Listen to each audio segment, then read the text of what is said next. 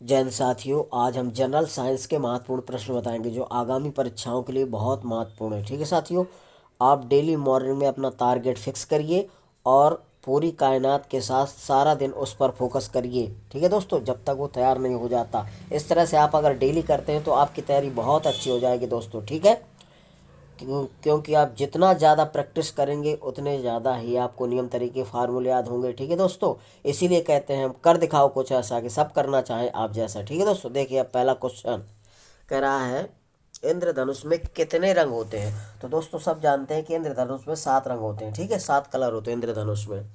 अगला है इंद्रधनुष किसके कारण होता है, यानी कि इंद्रधनुष किसके कारण बनता है, इसका कारण क्या है।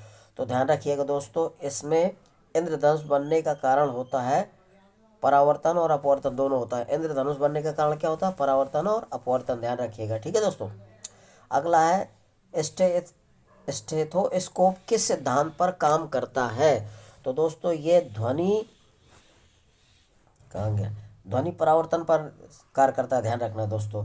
स्टेथोस्कोप किस सिद्धांत पर काम करता है, तो ध्वनि के परावर्तन पर काम करता है, ध्यान रखना। ध्वनि के परावर्तन के सिद्धांत पर कार्य करता है। स्टेथोस्कोप किस सिद्धांत पर कार्य करता है, तो ध्वनि के परावर्तन पर। अगला है दूरबीन का आविष्कार किसने किया था। तो दूरबीन का आविष्कार गैलीलियो ने किया था, ध्यान रखना। दूरबीन का आविष्कार किसने किया था, गैलीलियो ने। ठीक है दोस्तों, ध्यान रखिए, इनको तैयार करिए। अगला है साथियों, साधारण बातचीत की ध्वनि की तीव्रता कितनी होती है। तो दोस्तों जब साधारण बातचीत की जाती है, जैसे हम आम बात करते हैं, तो उसकी ध्वनि की तीव्रता कितनी होती है, तो ये होती है 30 से 40 डेसिबल। ध्यान रखना दोस्तों, जो साधारण जब दो मनुष्य एक दूसरे से बात करते हैं तो उसकी ध्वनि की तीव्रता कितनी होती है, 30 से 40 सेंटीमीटर डेसिबल से, ध्यान रखना। और ध्वनि की तीव्रता का मात्रा क्या होता है, डेसिबल होता है, और इसे डीबी लिखा रहता है, डीबी से भी प्रदर्शित करते हैं, डीबी। ठीक है दोस्तों, तो ध्वनि की तीव्रता का कैसे मापते हैं, डेसिबल से।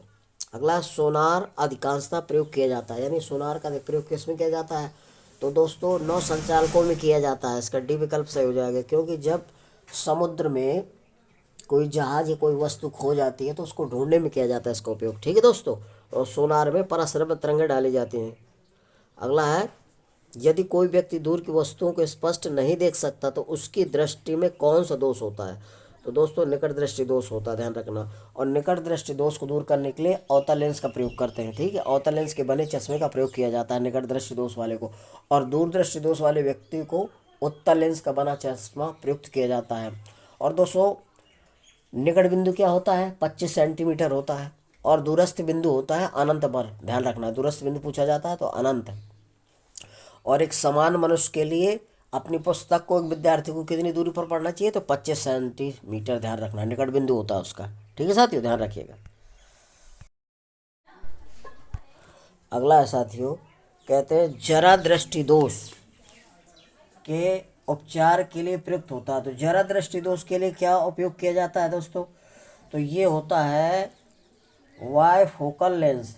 ठीक है दोस्तों, जरा दृष्टि दोष के उपचार के लिए किसको प्रयोग किया जाता है, वाई फोकल लेंस। इसी को द्विफोक्सी लेंस भी बोला जाता है। ठीक है दोस्तों, ध्यान रखिएगा।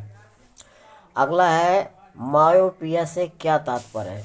तो मायोपिया का मतलब क्या होता है दोस्तों, तो इसका मतलब होता है निकट दृष्टि दोष। ठीक है, क्या होता है, निकट दृष्टि दोष। मायोपिया का क्या मतलब होता है, निकट दृष्टि दोष। यह बी विकल्प सही हो जाएगा। ठीक है, मायोपिया से क्या मतलब है, अंग्रेजी में कहते हैं मायोपिया, और दूरदृष्टि को बोलते हैं हाइपरपिया। ठीक है, ध्यान रखना, हाइपरपियो। अब अगला है दाढ़ी बनाने के लिए काम में क्या प्रयोग किया जाता है। तो दाढ़ी बनाने में दोस्तों किसका प्रयोग किया जाता है, ध्यान रखिएगा। दाढ़ी बनाने में किसका प्रयोग किया जाता है, तो अवतल दर्पण का प्रयोग किया जाता है। जो दाढ़ी बनाने में नाई वगैरह होते हैं, तो दाढ़ी बनाने में जो दर्पण लगा होता है तो अवतल दर्पण होता है, ध्यान रखना। दाढ़ी बनाने के किसका प्रयोग करते हैं, अवतल दर्पण का। अगला है इंद्रधनुष में किस रंग का विक्षेपण अधिक होता है। तो इंद्रधनुष में किसका विक्षेपण अधिक होता है, ध्यान रखिएगा। तो लाल रंग का विक्षेपण अधिक होता है, किसका, लाल रंग का, ध्यान रखिएगा। बैंगनी रंग की तरंग दैर्घ्य अधिक होती है। ठीक है दोस्तों, और लाल रंग का प्रकीर्ण अधिक होता है, लाल रंग का तरंग दैर्घ्य कम होता है, बैंगनी रंग का प्रकीर्ण वो तरंग दैर्घ्य सबसे अधिक होती है। ठीक है दोस्तों, ध्यान रखिएगा। तो इंद्रधनुष में किस रंग का विक्षेपण अधिक होता है? तो लाल रंग का विक्षेपण अधिक होता है। ठीक है साथियों। अगला है साथियों, प्राथमिक रंग कौन होते हैं? तो दोस्तों लाल हरा नीला प्राथमिक रंग होते हैं, ध्यान रखना है। इन रंगों को मिलाने से सभी रंग प्राप्त होते हैं। प्राथमिक रंग कौन कौन होते हैं? तो लाल हरा नीला होता है, ध्यान रखना। लाल हरा नीला ये प्राथमिक रंग कहलाते हैं। अगला है, न्यूटन की खोज किसने की थी? तो न्यूटन की खोज सर जेम्स चैडविक ने की थी, ध्यान रखना। सी विकल्प सही हो जाएगा। न्यूटन की खोज किसने की थी? सर जेम्स चैडविक ने, ध्यान रखना। अगला, फेदोमीटर द्वारा मापा जाता है। तो फेदोमीटर जो है समुद्र की गहराई मापने के काम आता है, ध्यान रखना। फेदोमीटर क्या करता है? समुद्र की गहराई मापने के काम आता है, यानी कि पहला विकल्प सही हो जाएगा। अगला है, पॉजिट्रॉन की खोज किसने की थी? तो दोस्तों पॉजिट्रॉन की खोज एडरसन ने की थी, ध्यान रखना। पॉजिट्रॉन की खोज किसने की थी? एडरसन ने। इलेक्ट्रॉन की खोज किसने की थी? तो इलेक्ट्रॉन की खोज जे थॉमसन या जे थॉमसन ने की थी। इलेक्ट्रॉन की खोज किसने की थी?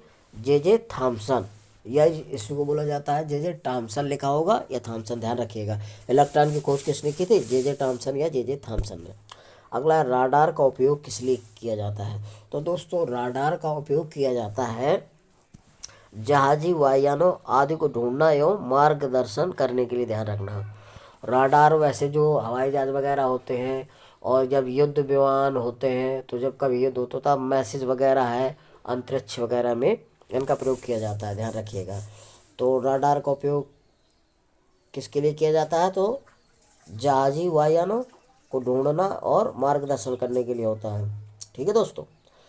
अगला है, शुद्ध सोना कितने कैरेट होता है? तो शुद्ध सोना दोस्तों 24 कैरेट होता है। शुद्ध सोना कितना माना जाता है? 24 कैरेट। शुद्ध सोना कितना होता है? 24 कैरेट, हमेशा ध्यान रखना। शुद्ध सोना पूछा जाता है कितने कैरेट होता है? तो 24 कैरेट होता है। 18 कैरेट मत कर देना, 18 कैरेट में ताम्र धातु तांबा मिला रहता है। ठीक है दोस्तों। 18 कैरेट जो होता है 75% होता है, और 24 कैरेट 100 में 100% होता है, शुद्ध होता है। ठीक है दोस्तों। अगला है, फाउंटेन पेन का आविष्कारक कौन थे? तो फाउंटेन पेन का आविष्कार किसने किया था? तो दोस्तों वाटरमैन ने किया था। फाउंटेन पेन के आविष्कारक कौन थे? वाटरमैन। टेलीविजन का आविष्कार किसने किया था? तो जेल बेयर्ड ने, ध्यान रखना। टेलीविजन का आविष्कार किसने किया था? जेल बेयर्ड ने। टेलीविजन के आविष्कारक खोज किसने की थी? जेल बेयर्ड ने, ध्यान रखना। राइट ब्रदर्स ने किसका आविष्कार किया था? तो विमान का आविष्कार किया था। राइट ब्रदर्स ने किसका आविष्कार किया था? विमान का, ध्यान रखिएगा। एक्सरे का आविष्कार किसने किया था? रॉटजन ने किया था। एक्सरे का आविष्कार किसने किया था? रॉटजन ने किया था। और दूध की शुद्धता को कैसे मापा जाता है? तो लैक्टोमीटर से मापा जाता है, ध्यान रखना। दूध की शुद्धता को कैसे मापा जाता है? लैक्टोमीटर से। जी विकल्प सही हो जाएगा। ठीक है दोस्तों, यदि मेरा वीडियो आपको अच्छा लग रहा है तो मेरे वीडियो को लाइक और सब्सक्राइब अवश्य करिए। जय हिंद साथियों।